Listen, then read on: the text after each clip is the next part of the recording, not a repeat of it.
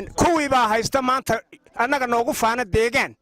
waxay yiraahdaan deegaan dadka haddii la yiraahdo dadka bar waanu garanayna waa deegaan laakiin bar waa deegaan maaha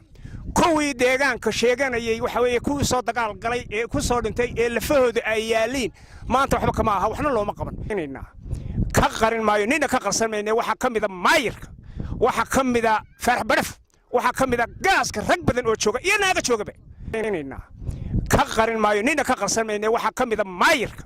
waxa kamida farax baraf waxa kamida gaaska rag badan oo jooga iyo naaga joogaba inayna ka qarin maayo nina ka qarsanayna waxa kamida maayirka